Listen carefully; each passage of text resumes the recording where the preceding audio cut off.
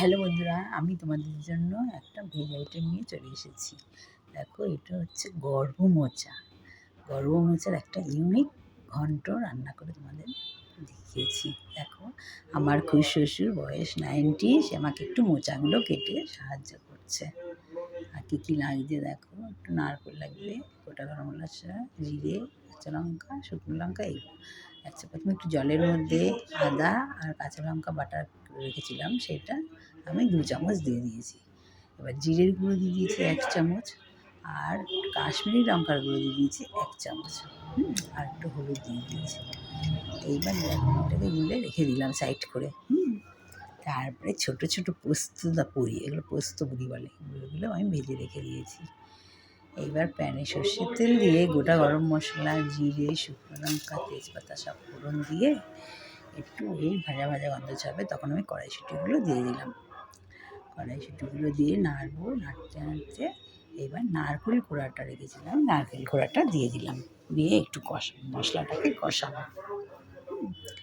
ভালো করে কষানোর পরে যেই মশলাটা আমি জলে গুলে নিয়েছিলাম সেই মশলাটা দিয়ে দিলাম। দিয়ে একটু ঢেকে ঢেকে রান্না করবো। তাহলে কড়াইশুঁটিটা একটু সিদ্ধ হয়ে যাবে। আমি ঢেকে রাখলাম। কড়াইশুঁটিটা সিদ্ধ হয়ে আছে। এইবার আমি একটু নাড়াচাড়া করে এইবার তার মধ্যে আমি মোচাটা দিয়ে দেবো। মোচাটা একটু সিদ্ধ করে রেখেছিলাম অল্প, সেই মোচাটা দিয়ে নাড়াচাড়া করে নিচ্ছি।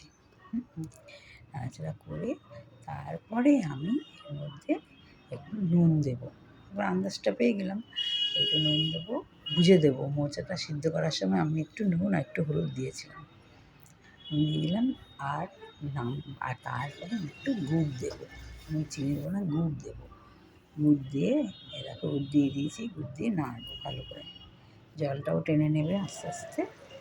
তারপরে আমি একটু বড়ি ছড়িয়ে দেবো, ছোটো ছোটো পোস্ত বড়ি আমি কিনে রেখেছিলাম ভেজে, সেই বড়িটা দিয়ে দিলাম।